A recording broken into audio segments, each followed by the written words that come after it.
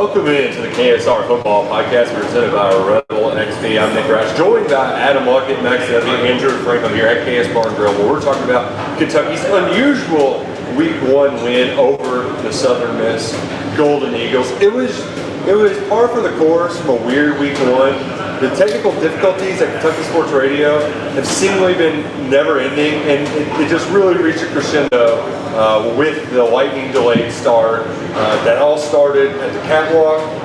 I was there for the catwalk. I know many of you out there watching last week were at the catwalk, and it was weird because we're all fired up. I'm by the guys who have the Stoops sign, and they're playing Grove Street. We're all getting fired up, and the band walks in, and all of a sudden, people start rushing over to the other side. I'm like, man, the band's got some fans. And turns out it had to move inside, and the sun was shining, it was 100 degrees, and we were already having lightning delays. And I was like, oh God, this is off to a rough start. Yeah, this is something that Kentucky really hasn't had to deal with at all.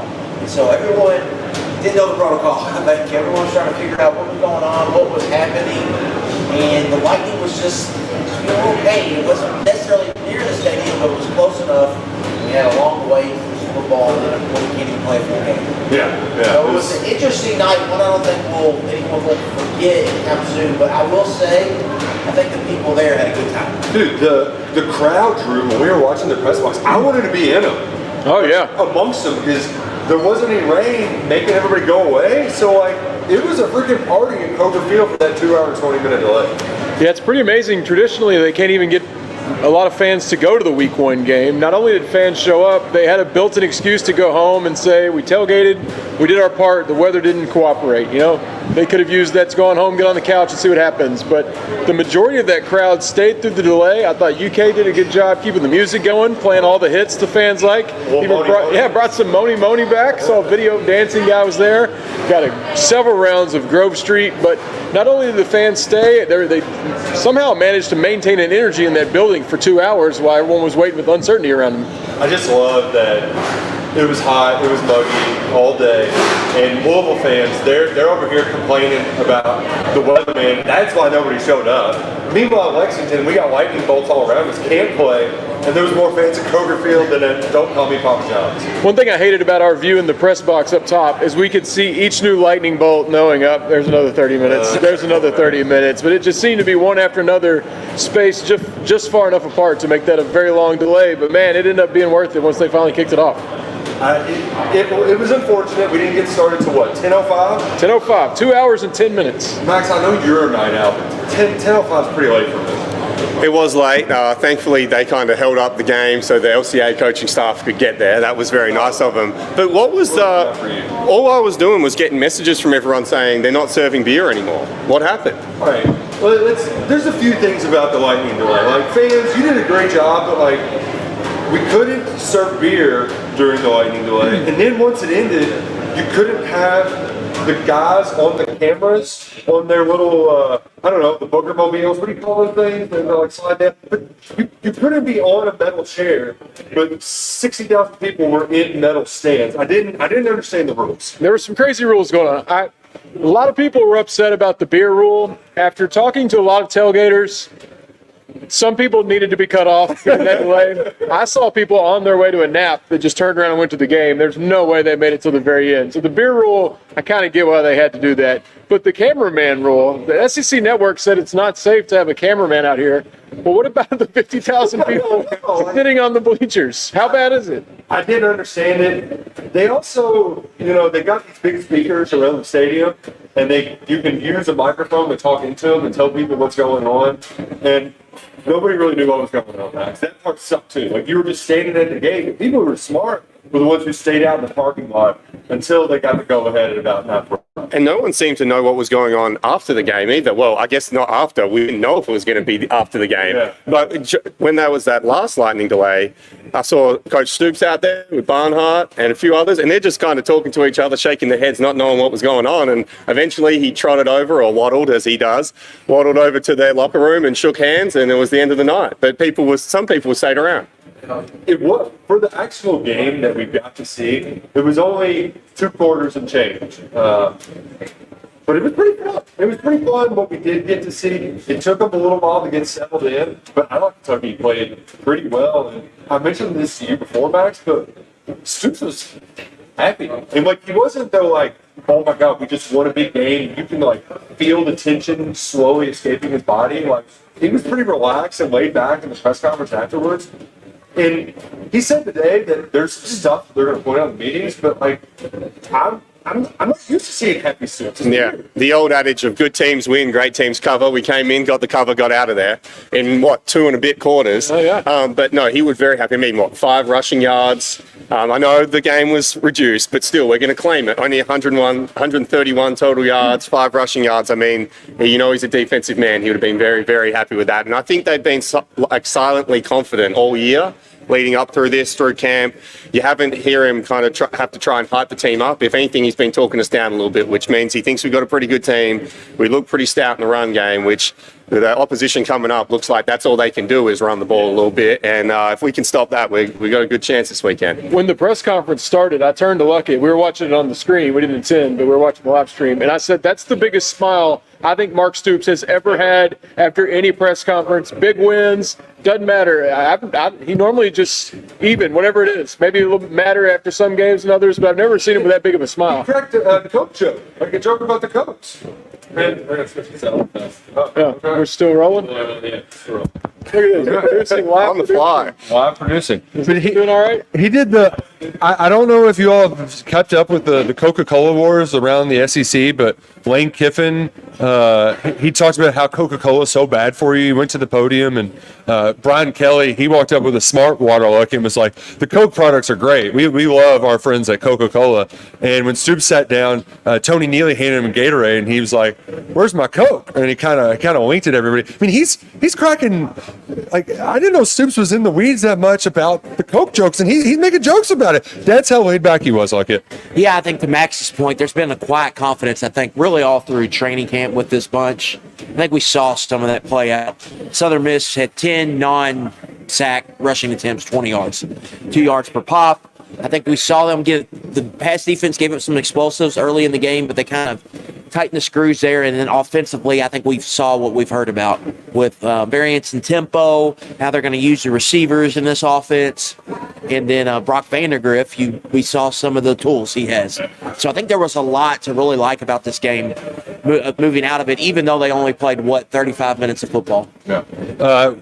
The running game, too, I think of those 20 yards, 12 of them were the Wildcat quarterback. So any sort of traditional run, Kentucky was snuffing that out. They did an outstanding job defensively. I want to talk more about that. But first, I got to talk about our friends over at Club Blue, because when I was waiting for the catwalk to get started, I saw Jackson Robinson. We don't talk basketball on this podcast, but he was over there. I think Claire Strack, the women's basketball team. But Club Blue, they've got a setup over right by the catwalk. So if the team, you come in this way and you hang a left, they're doing meet and greets before every single home game this year. They're the official collective partner of UK. It was founded by UK fans strictly to support UK's nil efforts at the University of Kentucky. And unlike most collectives, 100% of your donations are going directly where they belong, to NIL for University of Kentucky athletes. And like I said, they're having the meet and greets with all the UK athletes. And this Saturday, they're going to be near Gate 1 for all Club Blue members. It comes on a first-come, first-served basis. So sign up for that. Make sure you're out there to meet and greet the team. And I believe this week, too, Drew, it's like the whole basketball team's going to be there. Yeah, they're having their own tailgate party out there. Club Blue members can go say hi. I can tell you Kentucky Blue Light was very popular week 1 around the parking lots. So Club Blue really getting into football season with a lot of things going on. So visit clubbluenil.com. Make sure you're a member so you can be a part of these meet and greets with Kentucky basketball players. And then once this season ends and football players get all the time, they'll have plenty of meet and greets with football players. So clubbluenil.com. Join Club Blue today. Before we move on too much and get into the offense, I want to stick with the defense for a minute, because third down defense was, I think, the biggest issue the entire offseason. And that's what led to the soft zone comments, right? Is 3rd and 15, it was danger zone. That should be the time where you're getting off the field. But it seemed like every 3rd and long was just an invitation for the opponent to get a first down. The first 3rd and 18, There's the middle of the field's wide open. They dump it off. They get a first down. 34-yard gain on third down. Yeah, and then they have a third and short. They move the sticks. Okay, you get it. And then another third and long, 3rd and 8, gets Southern Miss into the red zone. And then they never converted another third down again. The defense really stepped it up. They got the interception in the red zone. D-Jack tipped it to J.Q. Hardaway, the second of the night. The first possession ended with a Jamon Dumas-Johnson interception. But like I was up there watching. You and I were both watching what they were doing. And I think the folks who wanted to see more man got to see more man in third down. Yeah, Southern Miss had 9 third and fourth down opportunities. They converted their first 3 and then went over 6 in the game. That's good.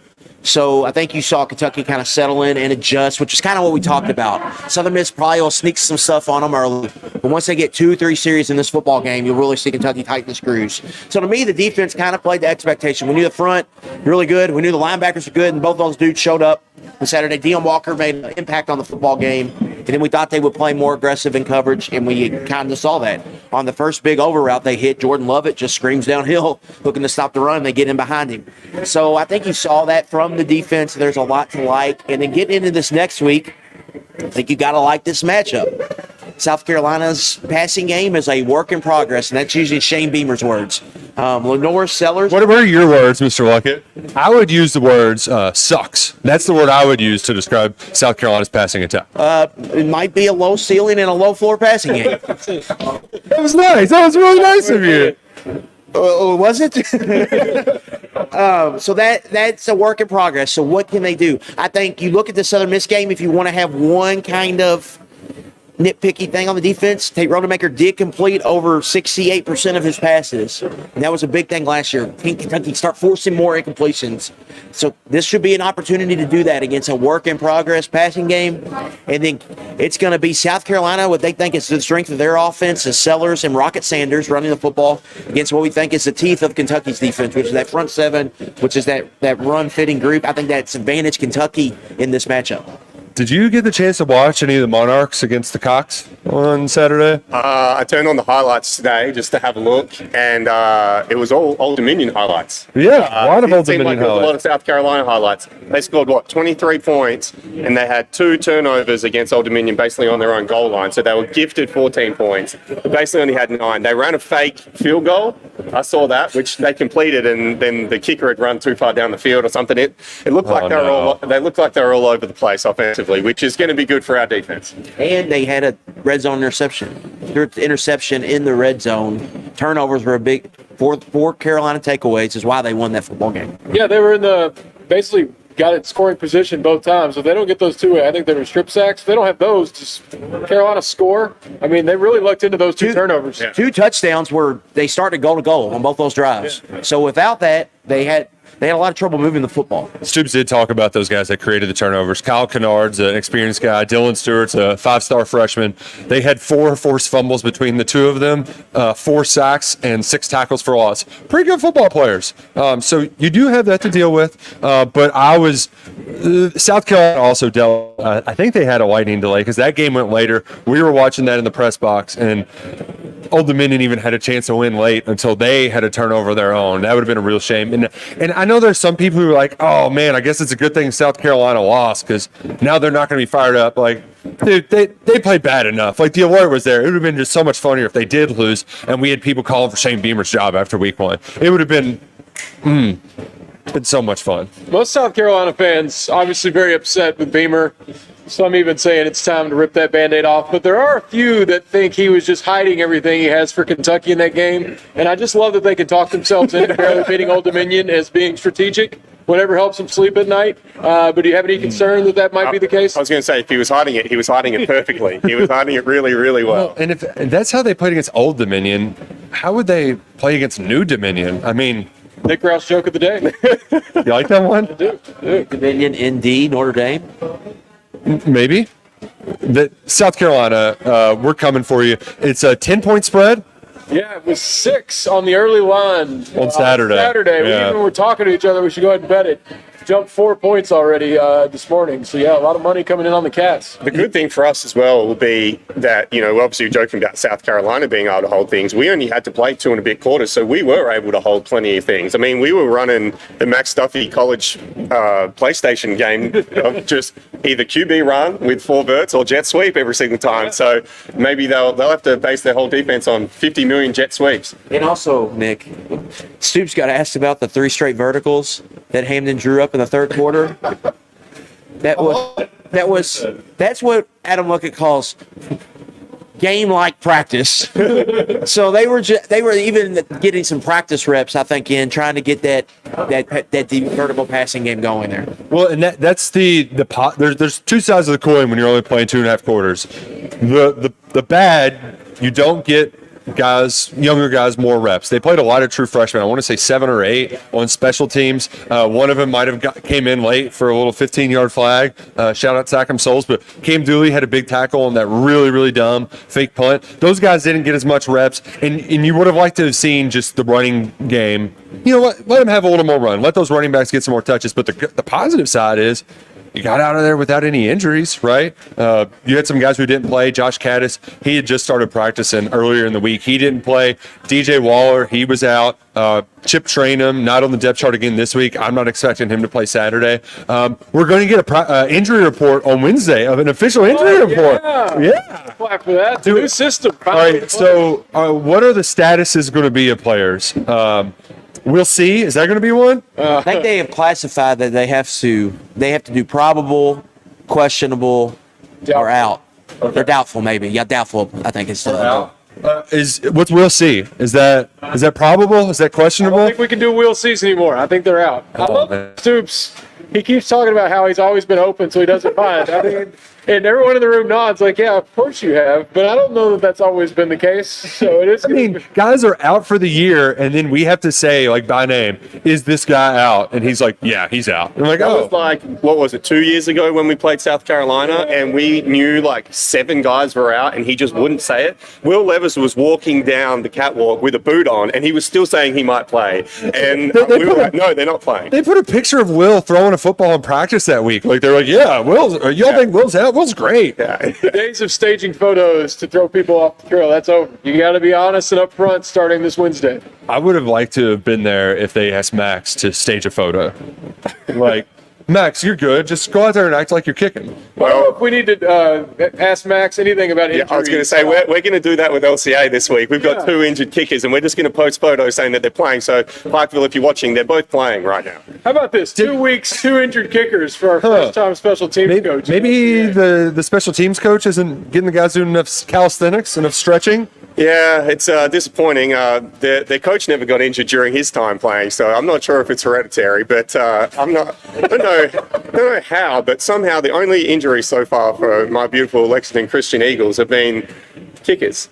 And they've targeted both our kickers, so maybe I'm the problem. Maybe these teams are just hating me so much that they're like, you know what, let's just go into the kicker. They injured my first kicker, popped the shoulder out week 1. Week 2, on a kickoff, they double teamed my kicker, smoked him on the ground, and he broke his wrist. So we've got 2 injured kickers, and they're the only injuries. And it's not leg injuries like from kicking. It's like they're getting insane. Mollywopped. Yeah. So I asked our guys to put up their hand if they want to kick this week, and no one wants to put their hand up right now. That's because they're all broken.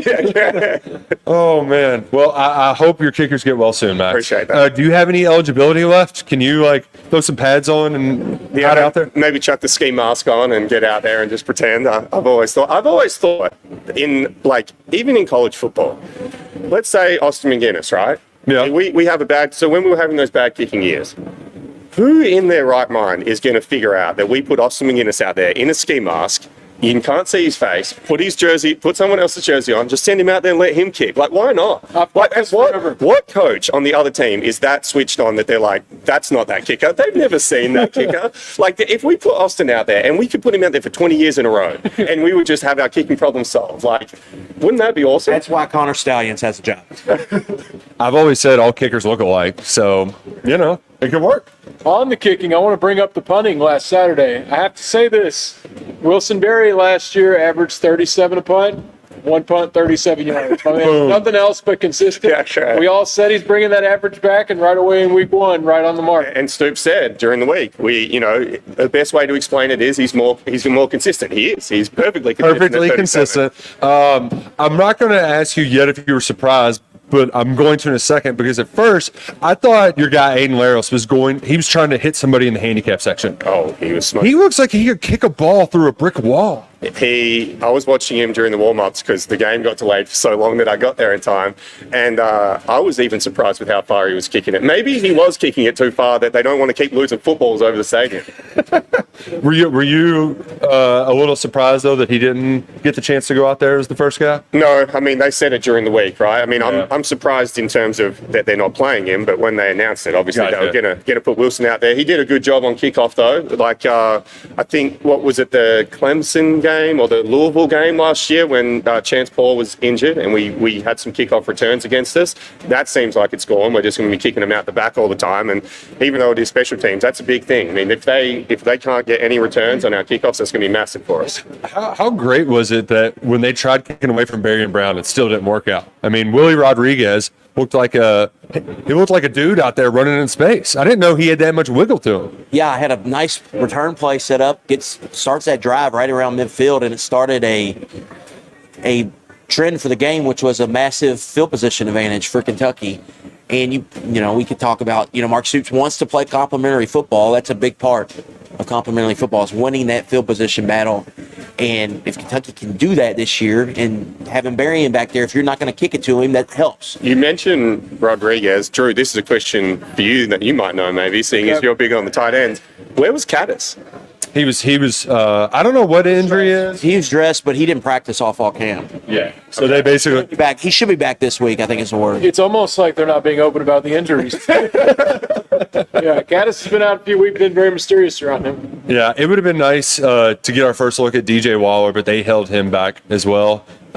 We saw a lot of 12 personnel in offense. The running game, I'm not going to lie, Max, I was a little concerned when they ran 6 runs on the first drive, and none of them were to the running backs. But I do think that was a part of Bush's game plan. Like, let's run all these jet sweeps. We're gonna get them thinking we're going outside, just to loosen up the middle of that defense, so that these new running backs can get a chance to have some holes to run through the middle. And that's a big part of his offense, right? Is all those motions and sweeps across. And I mean, we look like we were setting stuff up for potentially. Well, we might not have to set stuff up for this week. South Carolina's that bad. We might be able to keep setting stuff up for the Georgia week.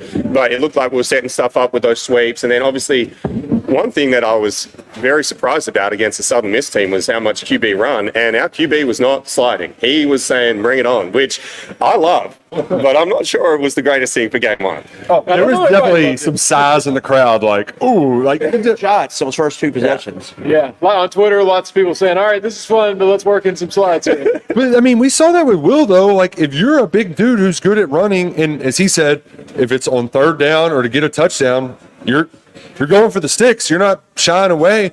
And as long as they're well aware of that and they know how to, like, Brock looks like he knows how to take a hit, right? And he got back up every time. And I was more impressed with how he got back up after taking shots in the pocket, particularly his second touchdown to Barry and Brown. So the fake punt, which was, man, the fake punt went nowhere fast. Cam Dooley gobbled that up, and Kentucky starts the ball basically almost in field goal range.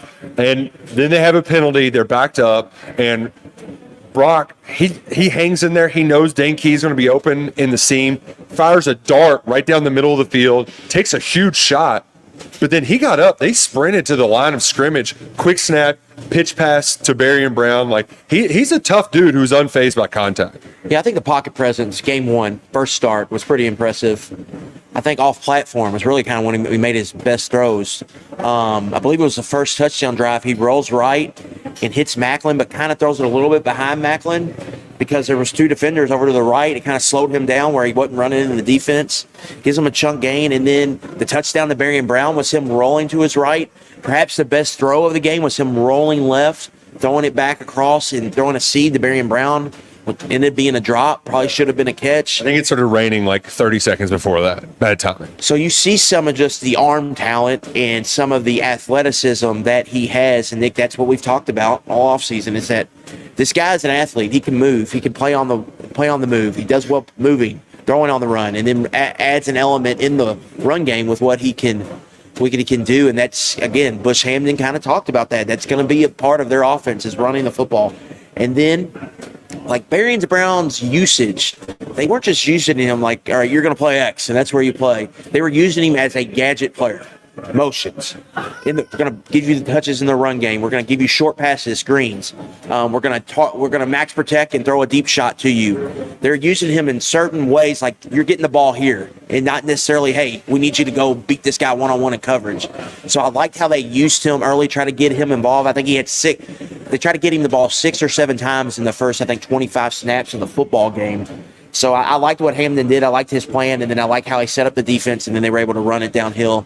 So there was a lot to like there. I think one thing you're concerning, I think there was a little too much pressure in pass pro. And Vandegrift's 2 big mistakes came on traditional dropbacks, right? The interception and then what could have been a pick 6 were traditional dropbacks without a play fake and without him moving out of the pocket. So that's something he's going to have to learn and grow at. But overall, I think there's a lot to be impressed with him, both with Hamden, I think, kind of the scheme and the style of attack, and then Vandegrift, what he brings at quarterback. That near pick 6, that's what can lose you a game. He hit him right in Kentucky. I mean, it wasn't going to matter in that game. But you do that against another team, and that might not be coming back from that. That was a horrible throw. That would not have been good. To go back to Berry and Brown, too, we talked about his maturity, his growth this offseason. You know, there was no hanging head after he dropped that pass, which would have been a huge 30, 40-yard gain. But the part, Max, that got me is, Berrien's this fast guy where you want to get him on the jet sweeps and end arounds. But, like, he's not the best at reading the holes. Just as a runner, like, sometimes he doesn't make the best choices. We didn't always see that Saturday night. But there was two runs in particular. One where he was about, 7 yards down, and the first down marker's there, and he just doubled up and lowered his shoulders and got like 4 extra yards and moved the sticks. And then the other one was when he got his ass rocked, right? It was that 3rd down, and he got popped near the sidelines.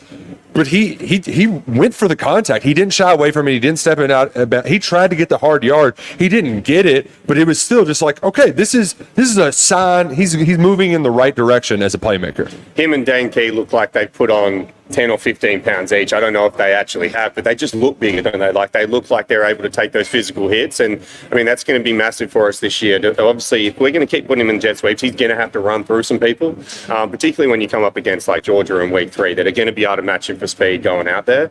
And if he's able to do that and do that effectively, it helps because, like you said, the O-line didn't look amazing against the Southern Miss D-line. Like, I thought that was probably the really worrying sign is, like, our ability to hold up front on our O-line. So if we can kind of throw the ball quickly to those guys and then make them miss, then it's going to be massive. They can't just light us up with pressure. Yeah. But I thought the offensive line from the run game perspective, though. Yes. Yeah. Like it took him a second to get going, but paving the way, Demi Sumakarmbe, all of the guys had moments where you were like, that's a good looking run, especially that drive where they were just like, let's feed 26 the ball and see what Jason Patterson can do. Yeah, I thought DSK showed some physicality as a runner, like lowering the shoulder, moving the pile. That's something like I didn't know if he had, so that was good to see. I think you see the raw talent, Nick, with both Wilcox and Patterson when they got the ball in their hands, what they could potentially turn into. Well, and one of them was a cat where they're pulling 2 guys along the line of scrimmage, and I thought Wilcox would get caught from the back. I thought he was going to try to rely too much on his lead blockers, but instead knifed his way through the A gap, moved the sticks, got 10 yards on first down. So in the running game, one thing we thought we knew last year, we were wrong, but we did know this year, it's going to be by committee. Running by committee. We got that. One person we didn't see in the run game, though, Drew, I thought we were going to see. Gavin Wimsatt. Yeah, maybe. I assume that's who you're going to go with. No Wimscat? Is that where the Wimscat offense? I fully expected not only him to play, I was thinking when they got in the red zone, it might be touchdown time or at least get some looks there. And maybe if the game had gone on, I assume we would have seen him. That changed the circumstances. But I did think, even taking the weather out of it, they might have used him a little earlier. I guess maybe we're saving it for next week. But we won't go much longer without seeing Gavin Wimsatt. We heard too much about him in camp and what Hamden has dialed up with him. One thing I did see on Saturday outside of Kroger Field were the wonderful tailgates set up by Revel XP, proud presenting sponsors of the KSR Football Podcast. Take your tailgate game to the next level with Revel XP. Elevate your fan experience with full service tailgating at a And it's a premium game day service. That's what Revel XP is going to provide. It's hassle-free experience, includes equipment, setup, cleanup, and on-site customer service. So if something goes wrong, TV goes out, the lightning's striking, and you can't find the picture of Florida getting their ass kicked by Miami. Revel XP, they will take care of you. Visit them online, revelxp.com, and select Kentucky under their teams and events drop-down. And from there, you can select your game and your tailgate package. Revel XP, elevate your tailgate this fall with Revel XP, where there could be some really big games coming up with some big things coming to town. We got SEC Nation coming to town this Saturday. That's going to be, they're moving it over across to the Orange Lot by Good Barn and kind of where the RVs are. And then there's some talk, Drew. I normally don't buy the college game day coming to town talk, but Stanford Steve dropping that nugget. He's been in the meetings. He knows where they might go, and he mentioned it on the SV pod today or Saturday or whenever they recorded this week, that number one Georgia, when they come to town, if Kentucky wins this week, the game day might be in Lexington. I think part of the reason SEC Nation's moving to the Orange Lot, they've had a place, they always do it. We usually get about one a year. I think they're trying out a bigger space, and if it goes well, finding out where all their plugs are over there, getting ready for game day the following week, which will have a much bigger draw. Luckett's mentioned how the other marquee game that day is a Fox game. They had a Fox game this week. ESPN doesn't try to do that too much. I think if they look good against South Carolina, like we're all expecting, might be having the first game day since 2007, or the second one ever. A lot of teams with good matchups lost week 1 or week 0. It's not a great slate. There's still the non-conference kind of even into the season. There's some bye weeks, Nick, because you got 2 byes. Bye weeks start week 3. I think it's the favorite. I think it's the favorite going into this week. Kentucky's got to handle their business. Yep. So that's a non-negotiable. But if Kentucky handles their business, I think it's coming. Kirk Herbstreit's going to call the Georgia-Kentucky game Saturday night. So no matter where he goes, he's going to have to fly. He's going to have to come to Lexington regardless. So it's just a way to go to Lexington. It's a way to market this new deal, right? You got this. You paid a lot of money to have this 7:30 ABC kickoffs, so it's a way to market it on your biggest college football platform. They haven't been here since 2007. It's been a long time. I think it's going to happen, but as long as Kentucky handles their business on Saturday. And I don't want to jump too far ahead, but I saw a stat saying that they have not lost a regular season game in 4 years. 40-game win streak in the regular season. So Georgia. they are due to lose one, Drew, and what a way to do it. They are. Ooh. Is there maybe a former Georgia linebacker that picked off a pass in his second game in a Kentucky uniform? Georgia players started with picks. They did. Both of them. First pass pick and first pass to us pick. I did think it was cool that Dumas Johnson said after the game that he was like, yeah, it's deja vu. My second play at Georgia, I got a pick 6. So he's like, it wasn't as good, but that dude's like, and you need special guys like that if you want to upset Georgia. But we're not looking too far ahead because here's the thing. I don't like coming out and saying this because I don't know. I feel like it can feel like a very takey, just short-sighted, you don't know ball, you're just coming out to try to stir things up. But if Kentucky's as good as I think they are, they should kick South Carolina's ass. I'm not talking we're going to go win the football game. They should beat them up. It's not just the Jimmy's and Joe sort of deal. We talked about it earlier, the way this matches up, the way that South Carolina needs to beat you, they have to do it by going right into the jaws of Kentucky's defense. And then on the other side, they've got some disruptors that they're probably going to give Kentucky some problems. We mentioned the offensive line of protection, Stewart and Kennard, they're going to give Kentucky some issues. But I just don't know how South Carolina scores. So offense, you look pretty good first time out. If you're as good as we think you can be, go out and score 28, 34 points, and then just basically blank this team. I mean, and Vegas agrees with you too, right? When was the last time Kentucky would have been double-digit favorites in a SEC game? Outside of Vandy, outside of Vandy. I mean, sure, South Carolina 2020 when their whole roster was out and Bobo was the interim. That was last time. I mean, but that's not a thing. I mean, this Kentucky team is a lot better. They just are. And they should be able to take care of business and put it on Beamer. And Stoops noted that there's been a lot of close games in the past, Drew. But I think this offense can be next level good. I think they can create explosive plays down the field. I'm confident in Brock. Where, you know what, you get screaming outside on the edge, well, then tuck it and run it for 15 yards, Brock. So I have a lot of confidence in this offense after what I saw from week 1. I have a lot of confidence in Bush Hamden as a play caller. I think Kentucky should kick their ass, plain and simple. For South Carolina to come in here and win, Sellers will have to make a big jump forward. I mean, he just made a start at home. Was that his first start? I assume it was. Yeah. Where he completed 40% of his passes. Did not really play that well on his home turf.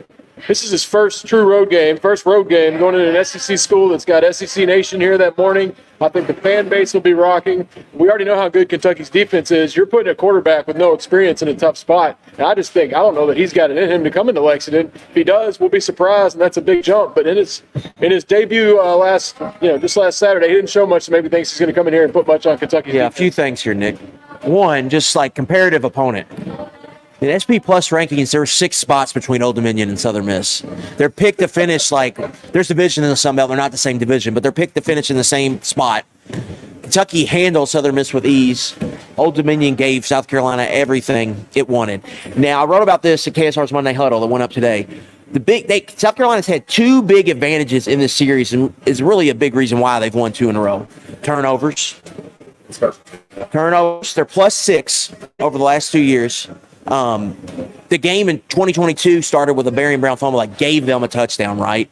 And then last year, they had, Denke, he had that fumble in the red zone. Kentucky had 3 turnovers, didn't force a takeaway. So they're plus 6 in 3 games. Kentucky's never won the turnover battle since Beamer got there. And then the pass game, Nick, Kentucky has never ever, I don't think anyone has averaged over 6 yards per attempt in this game. Kaya Sharon, Will Levis, Devin Leary. Levis and Leary played one of their worst games of the season when they played South Carolina. And so can Brock Vandergrift, can he avoid the turnovers? And 2, can he pass the ball better? I don't think the passing game is probably as important, but I agree. If Kentucky protects the football and it's just even in this turnover battle, they're going to win this football game. The only way South Carolina, I can see them winning, coming in here on the road, they have to win the turnover battle. They have to. And even special teams this year, their special teams coordinator is not there anymore. He's a head coach of Buffalo. They have, I believe, got a punt block on Saturday. So they're having some special teams issues. So the big thing, I think, just taking, it's going to sound boring, but the conservative offense might win this game for you by 10 points, right? Because of what they want to do on offense is where Kentucky specializes in. So I'm very interested to see how that plays out. But just protecting the football and then just being you on defense should be enough in this football game. And building on that, Old Dominion was able to throw the ball on them, which we have short stuff too. Yeah. And then the other part of that is, you watch last year's game. It was Rattler and Leggett. It's Leggett, right? That's how you say his name. They don't have either of those guys. And that was their get out of jail free card last year, was let's just throw it to him. Throw it to Leggett as many times as we can. Literally. Yeah. And so that was their offense. And they don't have either of those guys now. So to me, it feels great coming into a game like this thinking we should win, and we're not just making that up or talking it up. Yeah. We should win this game, and we should win comfortably. And here's the thing. They're not going to say it out loud because Shane Beamer, they're just giving a gift for him, right? They don't want to do that. He loves bulletin board material. He loves any content material. So, Shane, I hope you enjoyed that little rant there because I know you watched it. You spend a couple hours every day watching everything said about you on the internet because that's why you got into coaching, right? But here's the thing. Please, they're open. They're open. So Kentucky's not going to say it out loud, but I know all of those guys over there at that facility. They want this one bad. And then just to add to it, Max, I know you've been in the locker rooms over there. You get geared up for a season opener against Southern Miss, but it's hard for guys to get fired up to play Ohio in week 3. I bet they're pumped to get an SEC team this early in the season. Absolutely. I mean, you can get fired up as much as you want, and then you have a 2-hour lightning delay, and you kind of cool down a little bit. But no, absolutely. And you know that these two coaches aren't the best of friends. No. There's one man that's going to probably be wearing his slimming black like he always has this year. I think he's been, in the pastures a bit too much maybe in the off season. He's back to the slimming back. He is going to go back and watch his press conference where he talked about the stupid pair of glasses and all that kind of thing, whatever he said. Those two do not like each other. Stoops will be more fired up than the team. Oh, man. I can't wait. It's going to be awesome. 3:30 SEC on ABC. The first ever SEC on ABC game. We got just the ABC treatment when Florida got mollywopped. The graphics looked cool. Florida did not look good at football at all. And here's the thing. They said all offseason that their roster might be good. It would be a real shame, Drew, if they just sucked. And all of a sudden that road game looks more like a road game at First Bank Stadium instead of Ben Hill Griffin Stadium. It's going to be a year where Kentucky gets 2 coaches fired. I don't think Beamer would get fired, right after this Saturday, but their season's already looking like it's not going to go well, especially if they lose coming up. We're already kind of expecting it if Kentucky beats Florida against Napier. So, we've done so many in the past. Almost in Spurrier, wasn't that one of his last games? Yep. I think Stoops going to add a couple more to his shelf of coaches he's sent into retirement, or at least to the unemployment office. Yeah. Not to get off subject, but mentioning the 3:30 time. We don't get many of those around here. Do you think that's a prime spot for fans? It's the perfect tailgate spot because you get the tailgate early, and then you get to have the celebration pop afterwards. And we got to knock on wood with all weather talk. Have you seen the early weather forecast, Mr. Luckett? I don't care what the weather would be. These people want to win this game. The fan base wants this one bad. Stoops challenged the fans to show up.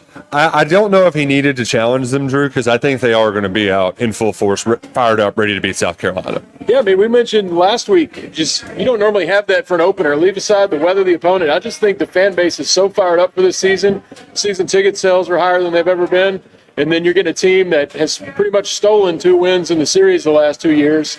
I think they've even kind of passed Florida as a true rivalry because we've just had so many little back and forths with the coaches, the fans, our own Ron Lemon getting punched down there. The Gamecocks have really, ever since this series got close, really Kentucky's taken the series. It's one we always want to win, especially this season. There's a true dislike on both sides. Yeah.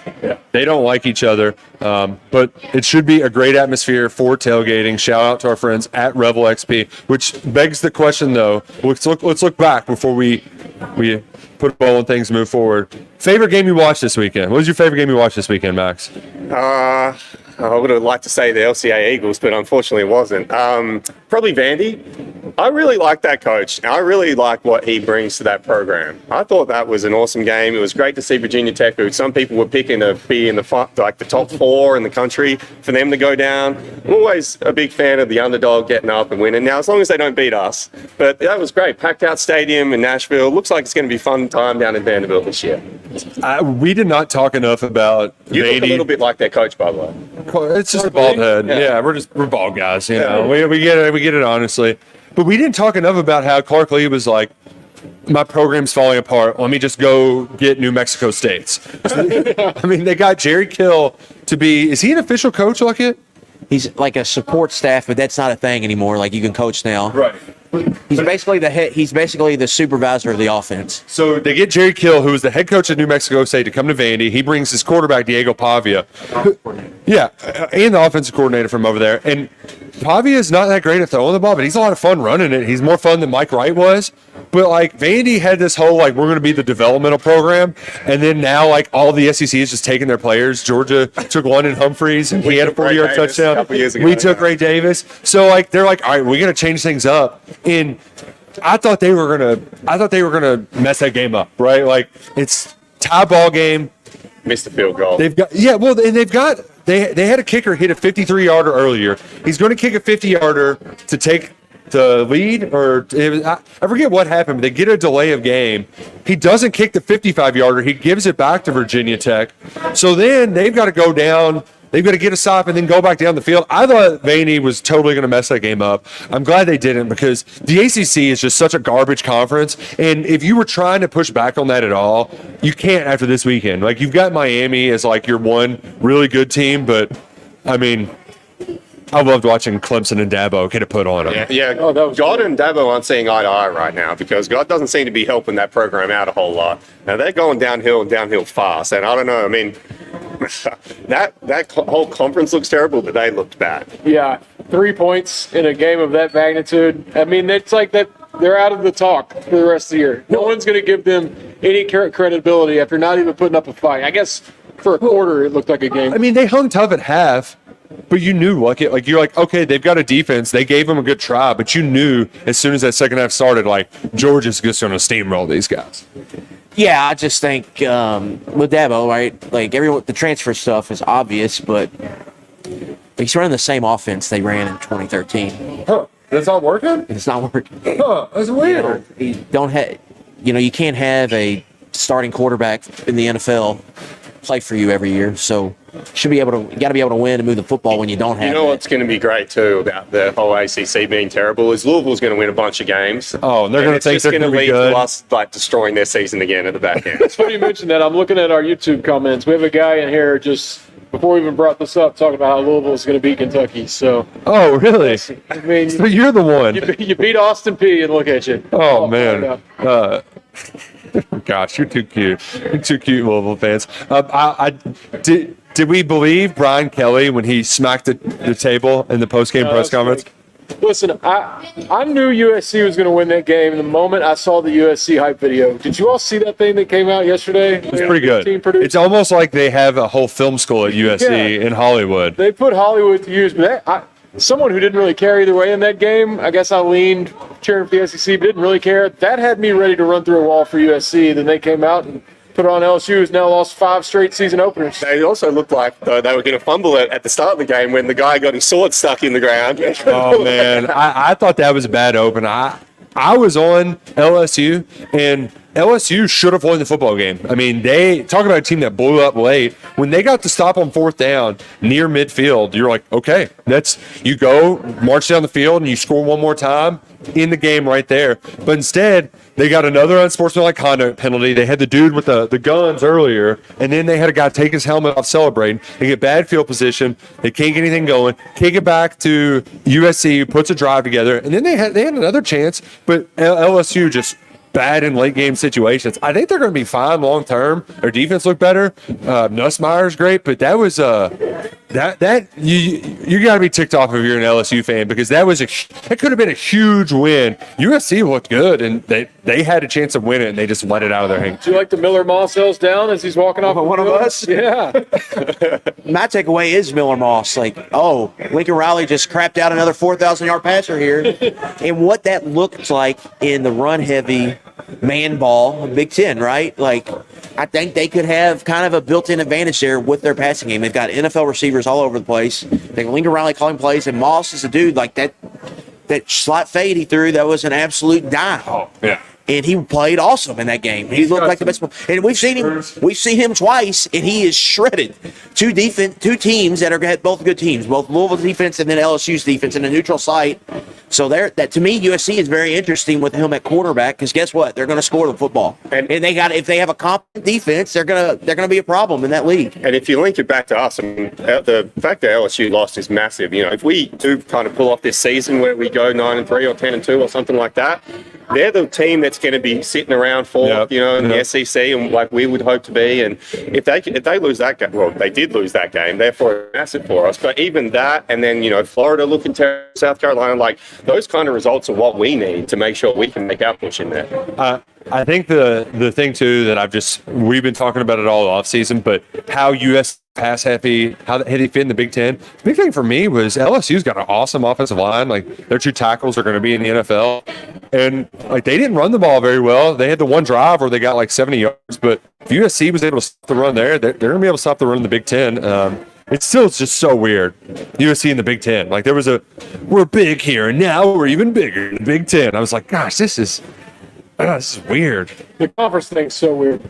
Arizona competing in the Big 12. Utah. What? You know what's even weirder? I'm getting used to. Iowa scoring touchdowns to their receivers. Yeah. 3 Iowa receivers scored touchdowns.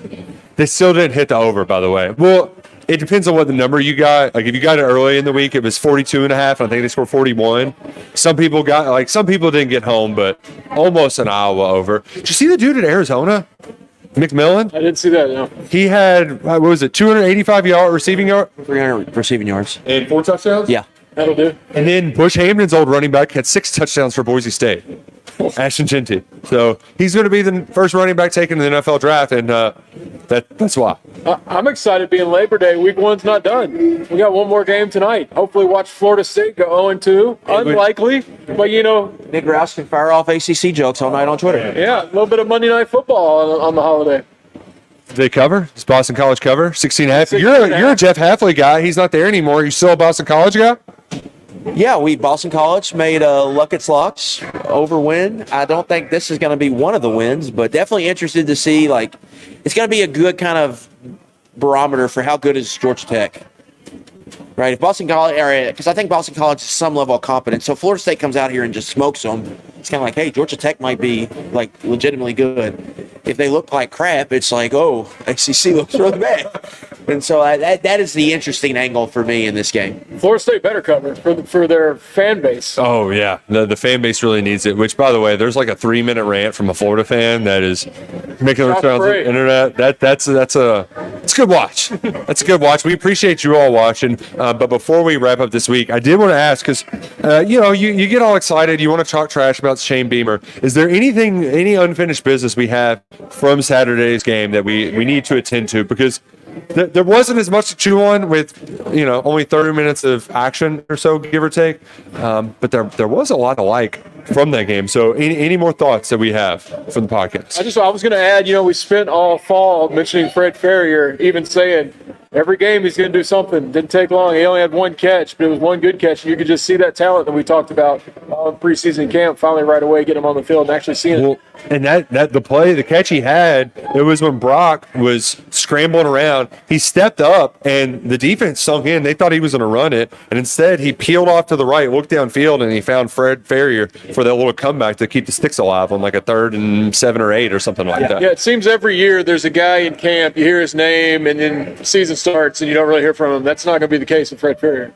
I thought it was unusual, that JQ Hardaway got pretty much all of the cornerback snaps. I thought we were going to see a little bit of more of a rotation there. Yeah, that was definitely a mild surprise, I would say, where Jason Dunn was mainly more just playing nickel when they went true nickel.